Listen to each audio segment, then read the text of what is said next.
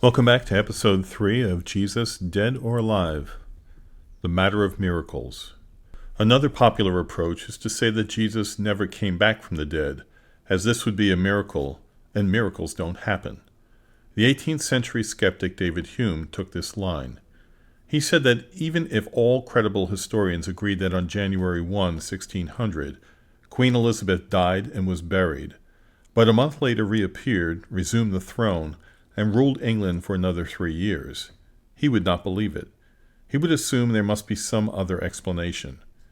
He once said that the only true miracle was that anybody should believe in them. This is a clever soundbite, but is it correct? The Chambers Dictionary describes a miracle as an event or act which breaks a law of nature. And for many people, this ends the argument. There is nothing beyond the laws of nature, and as the resurrection of Jesus would have involved a miracle, it clearly never happened. If this is so, not only is the resurrection of Jesus ruled out, but the entire Bible self-destructs, because it records well over 200 miracles. Yet this approach makes no sense, because it decides the case before examining it. Any honest assessment of an alleged miracle should begin not by rejecting it out of hand, but by looking into the evidence. If this points to a miracle, it demands an explanation beyond the normal laws of nature. Refusing to consider this is neither sensible nor honest. The fact is that the laws of nature cannot cause anything to happen. They merely reflect our assessment of how things normally happen. The person who believes in God goes further and says they describe what God normally causes to happen. If God exists and determines the laws of nature, he can override or alter them whenever he chooses.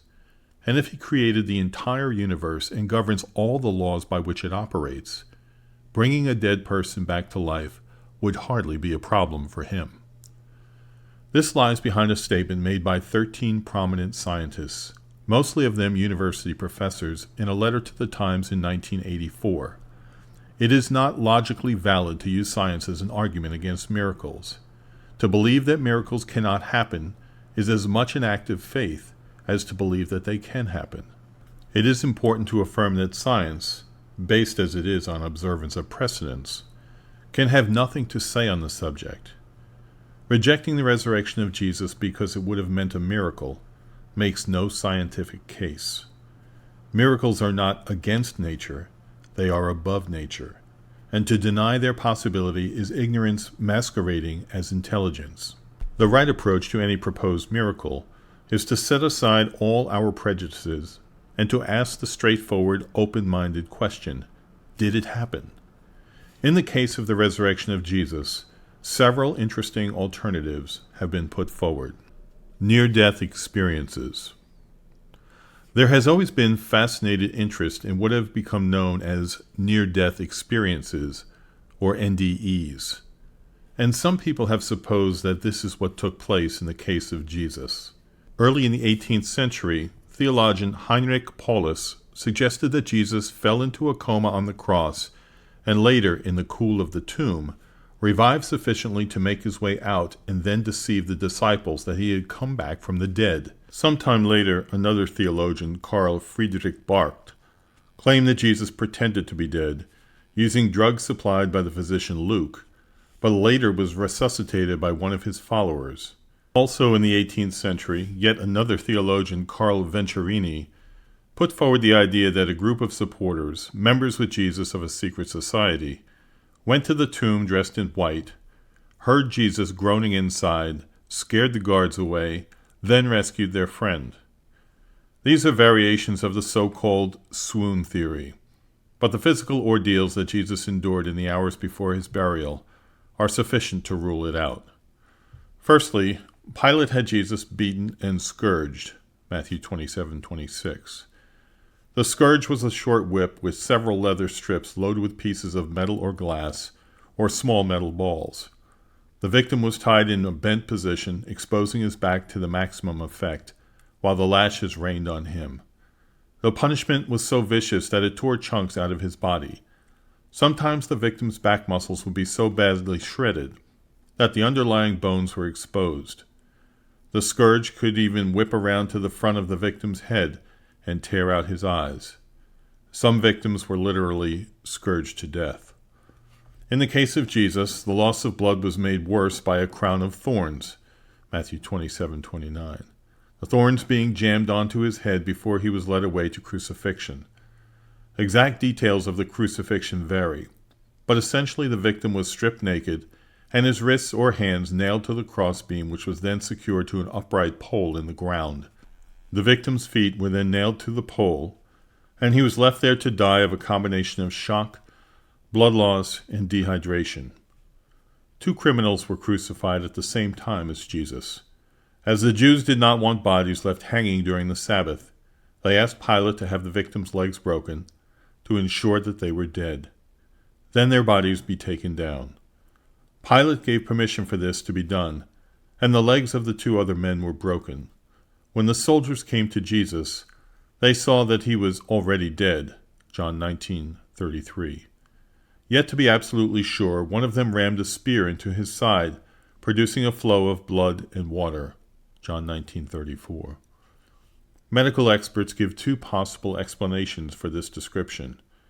When a person's heart stops beating, the blood inside the heart chambers clots fairly quickly, then separates into plasma and red blood cells.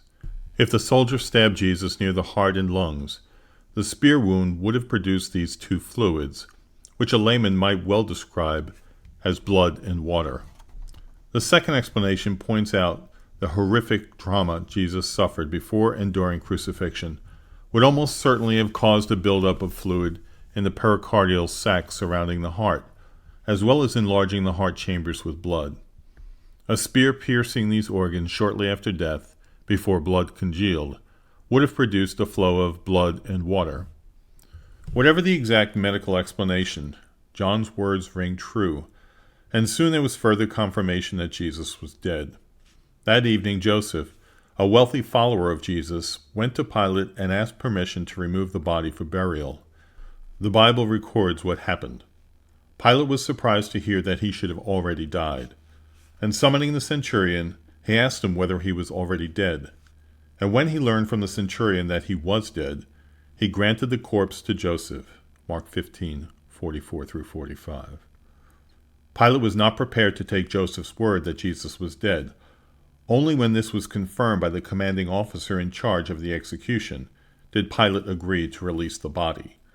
Wrapping it in linen, Joseph placed the body in the unused tomb he had reserved for his own burial, and which was carved out of rock in a nearby garden. At least 2 women, both called Mary, saw the burial take place. Then what does even the simplest of the swoon theories ask us to believe? Exhausted, traumatized, and hemorrhaging an immense amount of blood, Jesus lost consciousness while hanging on the cross for 6 hours, but remained alive even after his side had been ripped open by a soldier's spear. Then throughout the entire process of taking his body down from the cross, carrying it to the garden, wrapping it in grave clothes, and laying it in the tomb, nobody noticed the slightest suggestion that Jesus was still breathing. A stone-cold tomb was hardly an intensive care unit, yet at some time during the following 36 hours, Jesus came out of a coma, and like some first-century Houdini, wriggled out of a tightly wound shroud layered with a sticky mixture of myrrh and aloes, about 70 pounds in weight, John 19:39. He then pushed aside the massive rock blocking the entrance to the tomb, breaking the governor's seal in the process, overpowered all the Roman soldiers guarding the tomb, and made his way into the city, presumably naked as the linen wrapped was left behind. By the time he met his disciples, he had made an astonishing recovery. He persuaded them not that he had returned from the brink of death and was in desperate need of medical attention, but that he had conquered death and broken through into a radiant new dimension of life. Quite apart from all the other difficulties that a swoon theory faces, the last sentence of our reconstruction would be enough to reject it out of hand. It would mean that after a lifetime in which he was without sin, Hebrews 4:15, Jesus deliberately hoodwinked his closest friends into believing a monstrous lie, knowing that if they believed him, they would be ruthlessly persecuted and eventually hounded to death. There have been more conspiracy theories about the resurrection of Jesus than about the assassination of the American President John F. Kennedy in Dallas, Texas, on November 22, 1963. Some of the Kennedy theories have a measure of credibility. The swoon theories have none.